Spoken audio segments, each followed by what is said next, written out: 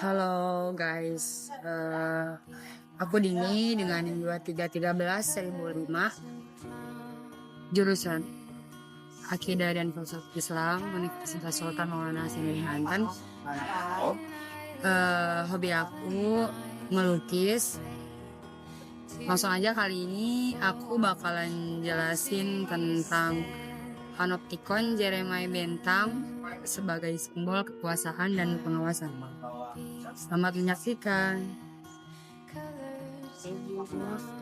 Sebelumnya kita ketahui terlebih dahulu bahwasanya apa sih panoptikon itu.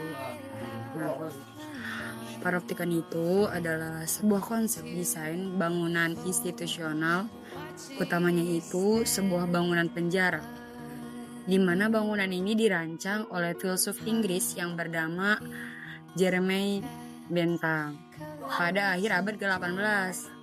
Nah, kata ini berasal dari bahasa Yunani, yaitu terdapat dua kata, yaitu pan dan optikon, di mana pan sendiri artinya semua dan optikon sendiri artinya melihat, yang secara harfiah berarti melihat segalanya. Nah, kira-kira apa sih struktur fisik dari bangunan yang dibahas ini? Yang pertama itu ciri-cirinya berbentuk melingkar, di mana bangunan di sini itu bangunan penjara yang berbentuk cincin atau sebuah sirkular dengan sel-sel di sepanjang lingkarannya. Kemudian ada menara pusatnya, di mana di tengah lingkarannya itu terdapat sebuah menara pengawas dengan jendela besar yang menghadap ke sel-sel tersebut. Nah, terdapat juga efek cahaya dari bangunan tersebut. Nah, sel-sel tersebut dirancang agar cahaya masuk dari jendela luar, sehingga siluet penghuni sel terlihat jelas dari menara. Sebaliknya, jendela menara pengawas dilengkapi dengan tirai atau kaca searah, sehingga penghuni sel tidak bisa melihat apakah ada penjaga di dalam menara atau tidak. Kemudian jika ditanya bagaimana cara kerja sebagai simbol kekuasaannya itu, nah, panoptikon di sini bukan hanya sekedar arsitektur, melainkan panoptikon sendiri itu sebuah teknologi kekuasaan. Nah, pasti ada alasan mengapa konsep ini menjadi simbol cara kerja kekuasaan yang kemudian dipopulerkan kembali oleh filsuf Michel Foucault. Nah, ada beberapa poin, diantaranya yaitu yang pertama ada internalisasi disiplin. Karena tahanan merasa mungkin sedang diawasi setiap saat, meskipun penjara tidak selalu ada, mereka akan berlaku seolah-olah mereka sedang diawasi. Nah, karena ini mengubah kekuasaan dari perkasaan fisik menjadi pengaturan diri sendiri atau self-described life.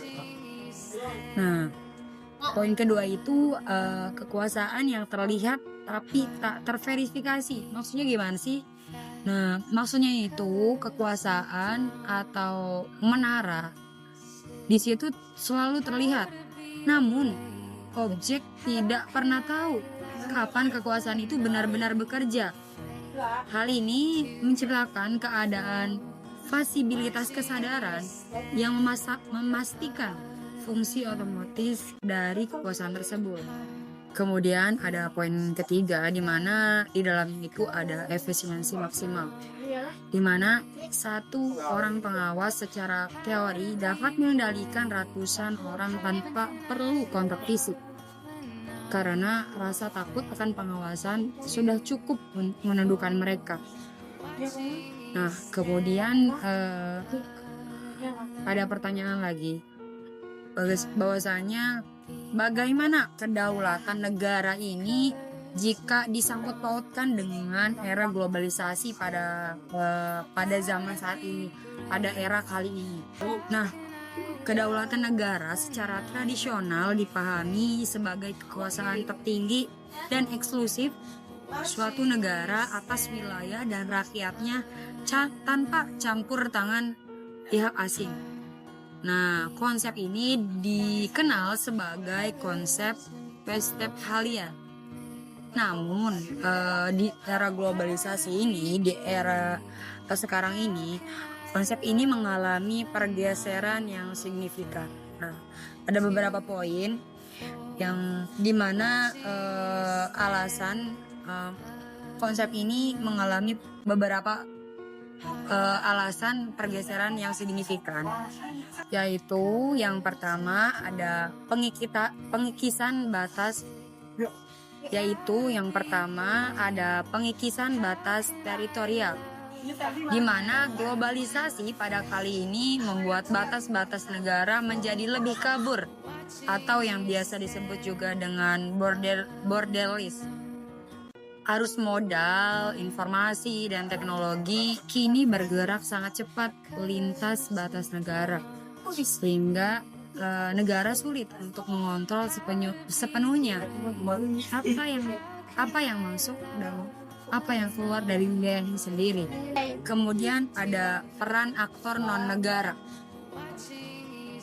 Nah, negara di sini bukan lagi satu-satunya aktor dominan, tetapi menjadi kekuasaan. Nah, yang pertama itu ada organisasi internasional, di mana lembaga seperti ini contohnya yaitu ada PBB, WTO, dan IMF.